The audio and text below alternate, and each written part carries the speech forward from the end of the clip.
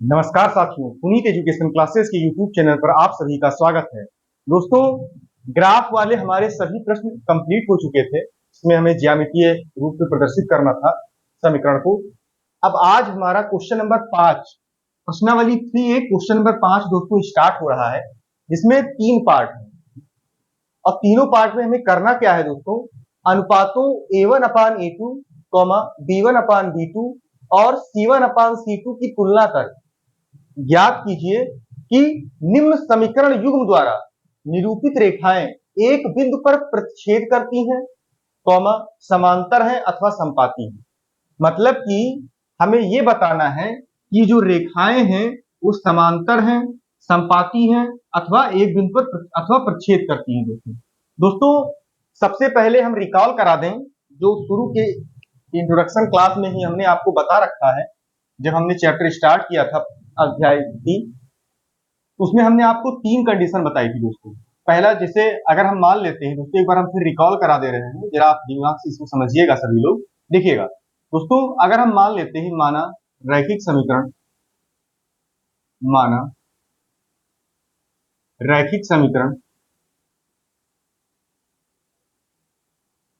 रैखिक समीकरण दोस्तों क्या है, a1x plus b1y plus c1 बराबर 0, तथा दूसरा रैखिक समीकरण है दोस्तों a2x plus b2y plus c2 बराबर 0। हमारे पास दो रैखिक समीकरण है दोस्तों, हमारे पास दो रैखिक समीकरण है।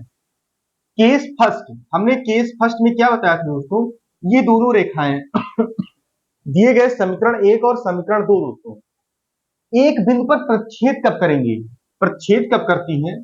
केस फर्स्ट में हमने क्या बताया था दोस्तों, अगर जो अनुपात है A1/A2 ये बराबर ना हो B1/B2 के, दोस्तों ये बराबर ना हो B1/B2 के, अगर A1/A2 का जो अनुपात है वो B1/B2 के अनुपात के बराबर ना हो दोस्तों, A1/A2 बराबर ना हो B1/B2 के, तो ऐसे केस में दोस्तों हम लोग क्या कहते थे कि दोनों रेखाएं, दोनों रैखिक समीकरण युग्म दोस्तों, रैखिक समीकरण युग्म, ये जो रैखिक समीकरण युग्म है दोस्तों,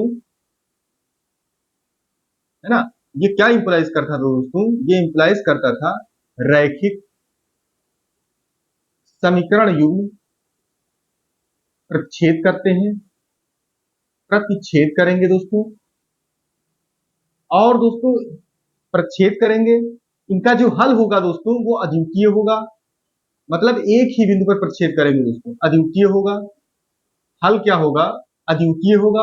और दोस्तों साथ ही साथ जो समीकरण युग्म क्या है वो संगत होंगे दोस्तों, क्या होंगे, संगत होंगे। ये हमने आपको केस फर्स्ट में बता रखा था। अब दोस्तों केस सेकंड की बात कर लेते हैं। केस सेकंड में दोस्तों क्या है, केस सेकंड में दोस्तों A1 और A2 का जो रेशियो है, A1 और A2 का जो रेशियो है, B1 और B2 का जो रेशियो है, और C1 और C2 का रेशियो दोस्तों, A1 और A2 का अनुपात, B1 और B2 का अनुपात, C1 और C2 का अनुपात। दोस्तों जब ये तीनों बराबर होते हैं, जब तीनों अनुपात ये बराबर हो जाएं, समझिएगा, जब A1 और A2 का अनुपात, B1 और B2 का अनुपात, C1 और C2 का अनुपात, जब तीनों अनुपात बराबर होते हैं, तो ऐसे केस में दोस्तों जो रैखिक समीकरण युग्म है वो क्या होते हैं, संपाती होते हैं। ऐसे केस में रैखिक समीकरण युग्म संपाती होंगे। संपाती का मतलब दोस्तों ये है कि दोनों एक दूसरे पर लाई करेंगे, दोनों एक दूसरे पर ही होंगे, संपाती होंगे। ऐसे केस में दोस्तों अनेक हल होंगे, समीकरण के क्या होंगे, समीकरण युग्म के अनेक हल होंगे, संपाती होंगे, अनेक हल होंगे तथा संगत होगा दोस्तों जिस जिस कंडीशन में, जिस जिस केस में हमारे पास हल मिल जाता है, तो ऐसे केस में समीकरण युग्म क्या होते हैं दोस्तों, ऐसे केस में समीकरण युग्म संगत होते हैं। तो क्या होंगे दोस्तों, संगत होंगे, संगत होगा, समीकरण युग्म क्या होगा, संगत होगा। अब दोस्तों केस थर्ड पर आ जाइए। अब दोस्तों हम किस पर आ जा रहे हैं, केस थर्ड पे, केस थर्ड पे। दोस्तों केस थर्ड क्या कहता है कि अगर A1/A2 ये बराबर हो B1/B2 के, मतलब A1 और A2 का जो अनुपात है वो B1 और B2 के अनुपात के बराबर हो, लेकिन दोस्तों C1 और C2 के अनुपात के बराबर ना हो। A1 अपान A2 बराबर B1 upon B2 does not equal to C1 upon C2। तो दोस्तों ऐसे केस में समीकरण युग्म क्या होते हैं? ऐसे केस में समीकरण युग्म समांतर होते हैं दोस्तों। ऐसे केस में क्या होंगे? ऐसे केस में समीकरण युग्म समांतर होंगे। ऐसे केस में दोस्तों कोई हल नहीं होगा, समीकरण युग्म का कोई हल नहीं होगा। समीकरण युग्म का दोस्तों क्या होगा? कोई हल नहीं होगा। तथा ऐसे केस में समीकरण युग्म क्या होंगे दोस्तों? जब कोई हल नहीं है तो ऐसे केस में असंगत होंगे। समीकरण युग्म क्या होंगे दोस्तों? असंगत होंगे। दोस्तों ये तीन केस हमने आपको शुरू की क्लास में ही, जो हमारी अध्याय 3 की पहली क्लास थी, इंट्रोडक्शन में जब हमने परिचय दिया था दोस्तों, तो पहले दिन ही ये आप सभी को हमने बता रखा था। आप विधिवत वहां देखिएगा और अच्छी जानकारी आपको मिल जाएगी। फिलहाल के लिए आज हमने केवल क्वेश्चन की रिगार्डिंग इसको बताया है दोस्तों, ठीक है। तो हमने क्या कहा कि अगर हमारे पास दो समीकरण रैखिक समीकरण युग्म है, a1x plus b1y plus c1 बराबर 0, a2x plus b2y plus c2 बराबर 0, तो केस फर्स्ट क्या कहता है दोस्तों? अगर a1 और a2 का जो अनुपात है वो b1 और b2 के अनुपात के बराबर नहीं होता है दोस्तों, यहां पर ध्यान दीजिएगा, बराबर नहीं होता है, तो ऐसे केस में रैखिक समीकरण युग्म प्रतिच्छेद करेंगे, अद्वितीय हल होगा, मतलब एक ही हल होगा दोस्तों, और जो समीकरण युग्म होगा वो संगत होगा। केस सेकंड क्या कहता है दोस्तों? कि a1 और a2 का जो अनुपात है वो b1 और b2 के अनुपात और c1 और c2 के अनुपात, तीनों ही केस तो तीनों ही बराबर हो, तीनों ही आपस में बराबर हो दोस्तों, तो ऐसे केस में जो समीकरण युग्म होते हैं वो संपाती होंगे दोस्तों, अनेक हल होंगे समीकरण युग्म के, और समीकरण युग्म संगत होता है, ठीक है। केस थर्ड में क्या है दोस्तों? a1 और a2 का जो अनुपात है वो बराबर हो b1 और b2 के अनुपात को, लेकिन बराबर हो b1 और b2 के अनुपात के, लेकिन दोस्तों c1 और c2 के अनुपात के बराबर ना हो, तो ऐसे केस में जो समीकरण युग्म होंगे दोस्तों वो समांतर होंगे, कोई हल नहीं होगा और असंगत होंगे, है ना। ऐसे केस में समीकरण युग्म का कोई हल नहीं होगा, असंगत होगा। तो ये तीनों, इसमें पहले क्या पूछा है दोस्तों? एक बिंदु पर प्रतिच्छेद करती है, समांतर है और संपाती है, हमें यही बताना है। हमने तीनों कंडीशन आपको बता दिया दोस्तों। अब हम स्टार्ट करते हैं अपना क्वेश्चन। देखिएगा दोस्तों, इसको हटा दे रहे हैं।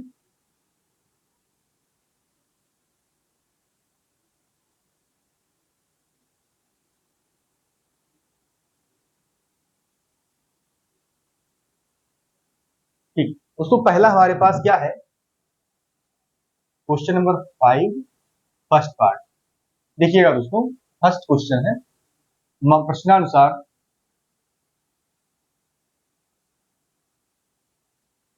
प्रश्नानुसार रैखिक समीकरण युग्म,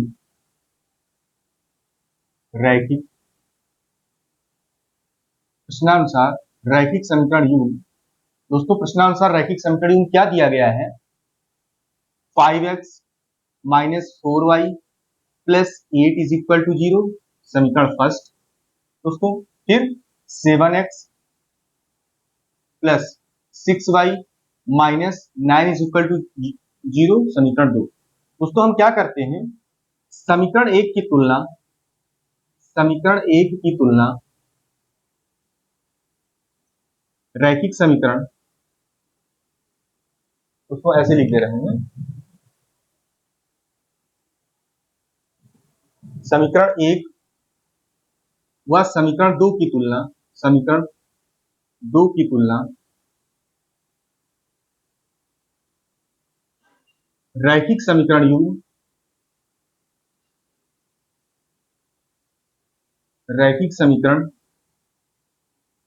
युग्म दोस्तों a1x plus b1y plus c1 बराबर 0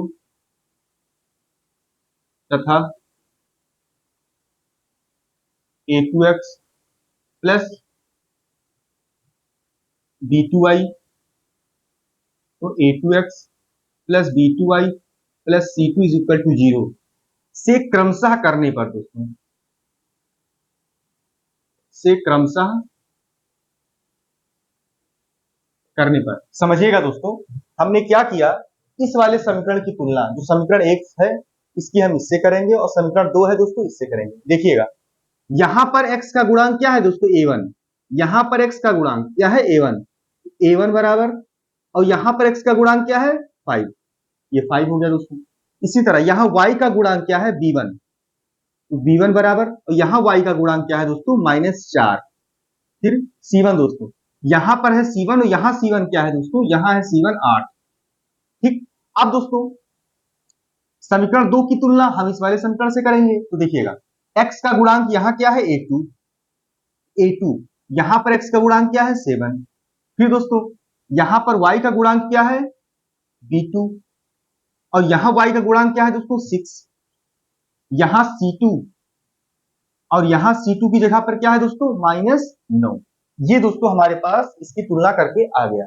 अब हमें जो निरूपित रेखाएं हैं वो किस प्रकार है, उनका व्यवहार कैसा है दोस्तों, वो व्यवहार हम लोग उनका कैसा है ये जानेंगे। एक बिंदु पर प्रच्छेद करती हैं, क्या इस प्रकार का व्यवहार है, क्या समांतर है, क्या संपाती है। तो दोस्तों हम लोग क्या करते हैं, हम लोग a1/a2 निकाल लेते हैं दोस्तों। देखिएगा निरूपित रेखाओं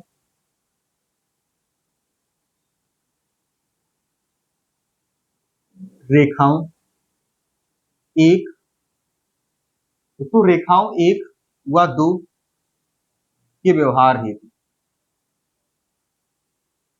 के व्यवहार के लिए, अब दोस्तों व्यवहार, इसकी व्यवहार की हम जांच करेंगे। इसके लिए हम लोग क्या करेंगे दोस्तों, a1/a2, a1/a2, b1/b2 और c1/c2। दोस्तों हम इस पर वैल्यू रखेंगे। अभी के लिए हम इसको बराबर लिख ले रहे हैं दोस्तों, है ना, अभी के लिए हम इसको बराबर लिख ले रहे हैं। देखिएगा ये बराबर रहने देते, ऐसे करते हैं। अब हमें मिला क्या, हमें a1 की जगह दोस्तों क्या है 5/7, b1 की जगह क्या है -4, b2 की जगह 6, और यहां पर 8/9। अब देखिएगा दोस्तों कहीं से 5/7 -4/6 और 8/9, क्या ये इसके बराबर हो सकता है दोस्तों, नहीं हो।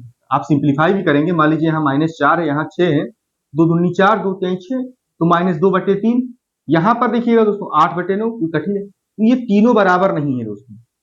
दोस्तों चाहे दो बराबर ना हो, चाहे तीनों बराबर ना हो, ऐसे केस में जो हमारा फर्स्ट केस था कि दोनों समीकरणों को एक दूसरे को प्रच्छेद करते हैं दोस्तों, तो ये पहले वाले केस को फॉलो कर रहा है दोस्तों, है ना।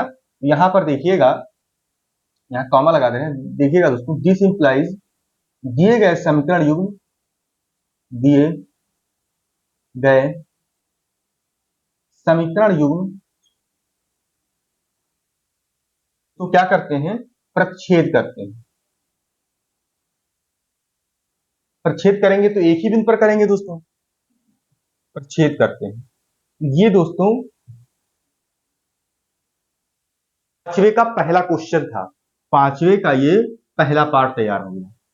आप उम्मीद करते हैं दोस्तों आप सभी को समझ में आया होगा। यहां पर हम दोस्तों बहुत से तरीके हैं लिखने के, लेकिन हम सोच रहे हैं कि सरल से सरल तरीका आपको बताया जाए जिससे विधिवत आपको समझ में आ जाए। हमने क्या किया दोस्तों, a1/a2 निकाल लिया 5/7, b1/b2 निकाल लिया -4/6, और c1/c2 निकाल लिया 8/9।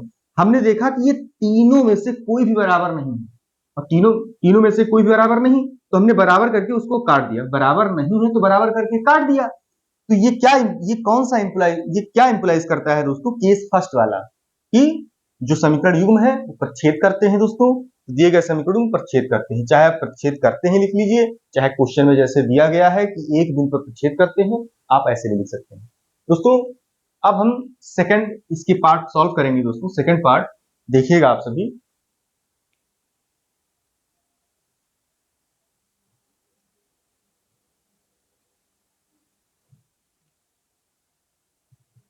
हाँ दोस्तों, तो सेकंड पार्ट इसका देखिएगा, हम लोग क्या करते हैं, जो समीकरण दिया गया है उस समीकरण को लिख लेते हैं दोस्तों।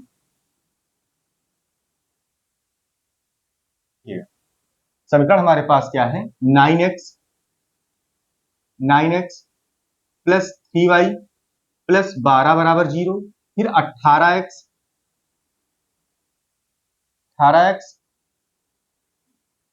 इसमें हम सिंप्लीफाई भी कर सकते हैं। देखिएगा इसको हम सिंप्लीफाई कर दे रहे हैं,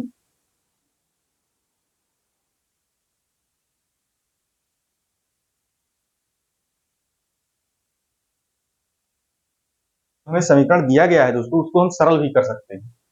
समझिएगा, पांचवे का ये सेकंड पार्ट है दोस्तों। प्रश्नानुसार समीकरण यू, समीकरण यू क्या है दोस्तों? 9x प्लस 3y प्लस 12 बराबर 0। दोस्तों अगर हम ध्यान दीजिएगा, अगर हम दोनों पक्षों में 3 से भाग कर दें दोस्तों, अगर दोनों पक्षों में 3 से भाग कर दें तो 3 त्रिका 9, तो यहाँ 3x होगा दोस्तों। यहाँ क्या होगा, और यहाँ 3 से भाग करेंगे तो 3 कट जाएगा, और यहाँ 3 से भाग करेंगे 4, और 0 में किसी भी संख्या से भाग करेंगे तो हमें 0 मिलता है दोस्तों। ये हमारे पास समीकरण। तथा दूसरा समीकरण क्या दिया गया दोस्तों? 18x प्लस 6y प्लस 24 बराबर 0। हम इसको क्या लिख सकते हैं दोस्तों? समझिएगा, देखिएगा दोस्तों, 6 इसमें भी है, 6 इसमें भी है, 6 इसमें भी है। भाई 6 त्रिक 18, 6 का नम 6, 6 चौको 24। हम क्या करते हैं, दोनों पक्षों में 6 से भाग देते हैं दोस्तों। तो 6 से यहां भाग देंगे तो 6 त्रिक 18 3x, यहां 6 से भाग देंगे तो 6 बटे 6 1 आ जाएगा y, और 6 चौको 24, और 6 जुड़ैयम 0। हमारे पास क्या आ गया दोस्तों? समीकरण 2। ये हमारे पास समीकरण 1 दिया गया है दोस्तों, ये समीकरण 2 दिया गया है। अब हम समीकरण 1 व समीकरण 2 की तुलना रैखिक समीकरण युग्म a1x plus b1y plus c1 बराबर 0 तथा a2x plus b2y plus c2 बराबर 0 से क्रमशः करने पर दोस्तों हमने क्या किया, यहां पर x का गुणांक क्या है? a1, यहां पर x का गुणांक है 3, a1 बराबर 3 आ गया।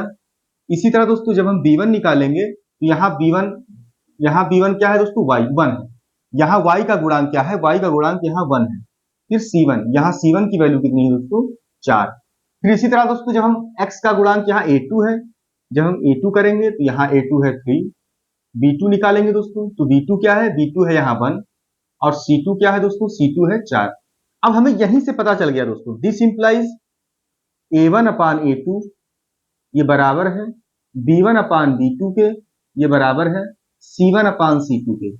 भाई हमने यहीं पर देखा कि 3/3 बराबर 1/1 बराबर 4/4 बराबर, मतलब तीनों बराबर है दोस्तों। जब हम तीनों वैल्यू पुट करेंगे तो 3/3 बराबर 1/1 बराबर 4/4 कटेगा दोस्तों।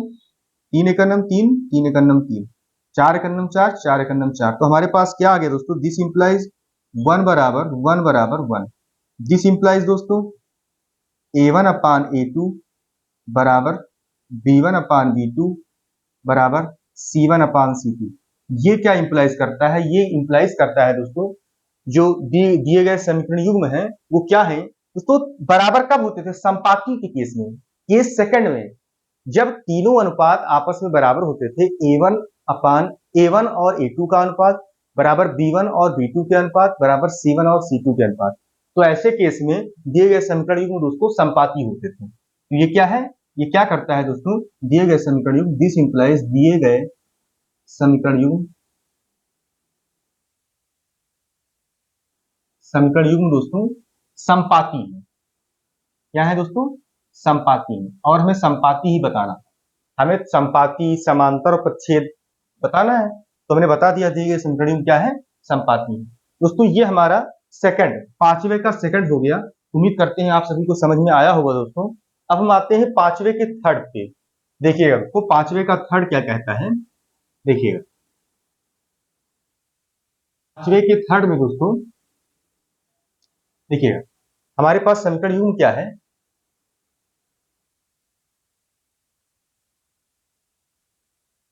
तो जो हमारा काम ऐसे चल जा रहा है तो हम लिखने पर टाइम अपना क्यों बर्बाद करें। देखिएगा बस इस सब चीज को हटा दीजिए, बाकी सब एज इट इज रहेगा।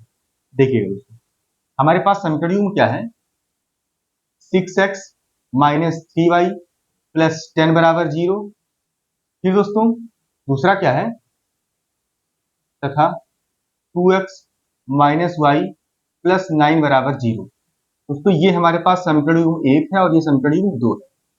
अब हम दोस्तों क्या करते हैं, देखिएगा समीकरण 1 व समीकरण 2 की तुलना रैखिक समीकरण युग्म इससे और इससे क्रमशः करने पर दोस्तों देखिएगा हमारे पास जब हमने x का गुणांक यहाँ a1 है, यहाँ 6 है, फिर यहाँ y का गुणांक b1 है, यहाँ -3 है दोस्तों, यहाँ c1 और यहाँ c1 की वैल्यू है 10।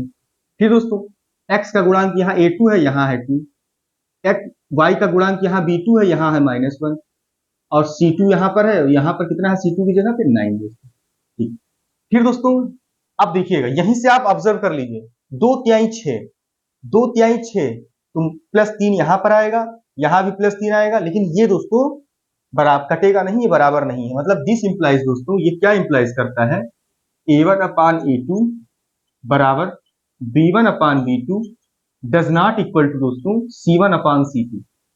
मतलब अगर हम यहाँ वैल्यू रखेंगे दोस्तों, देखिएगा 6/2 बराबर -3/-1 बराबर नहीं है 10/9। देखिएगा 2 × 2, 2 × 6, और माइनस से माइनस कट गया, यहाँ कटेगा नहीं। ये क्या इंप्लाइज किया दोस्तों, 3 बराबर 3 डज नॉट इक्वल टू 10/9। तो ये क्या इंप्लाइज करता है, अतः यहाँ पे लिख लीजिए, अतः समीकरण युग्म या दिए गए समीकरण युग्म। दोस्तों ये कौन सा केस है, ये केस थर्ड है दोस्तों। केस थर्ड में हमने आपको क्या बताया था, a1 और a2 का जो रेशियो है वो b1 और b2 के रेशियो के बराबर है, लेकिन c1 और c2 के रेशियो के बराबर नहीं होगा दोस्तों। तो समीकरण युग्म समांतर होंगे, और समांतर के केस में क्या बताया था कि समीकरण युग्म का कोई हल नहीं होगा। इस प्रकार दोस्तों क्वेश्चन नंबर 5 आज हमारा कंप्लीट हुआ। क्वेश्चन नंबर 6 में भी हमें यही बताना है कि प्रच्छेद करती हैं, समांतर है, संपाती हैं। दोस्तों एक बार फिर हम रिकॉल करा दें कि समीकरण युग्म के व्यवहार को समझने के लिए हमारे पास 3 शर्त हैं।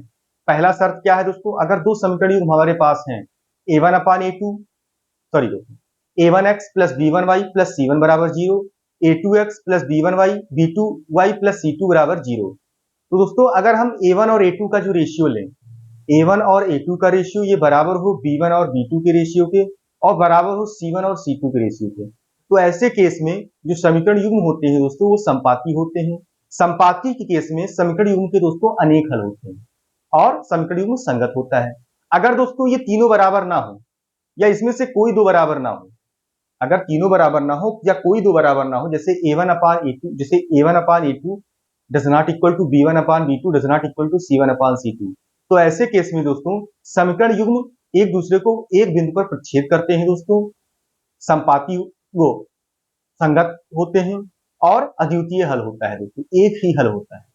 और तीसरा कंडीशन क्या था दोस्तों, a1/a2 बराबर हो b1/b2 के, लेकिन बराबर ना हो c1/c2 के। तो ऐसे केस में समीकरण युग्म क्या होते हैं दोस्तों, समांतर होते हैं, कोई हल नहीं होता है और असंगत होता है दोस्तों। ऐसे केस में समीकरण युग्म ये असंगत हल होते हैं दोस्तों। दोस्तों आज का क्वेश्चन नंबर 5 हमने लिया था और इसके तीनों पार्ट हमने कंप्लीट कर दिए, तीनों क्वेश्चन दोस्तों। अब क्वेश्चन नंबर 6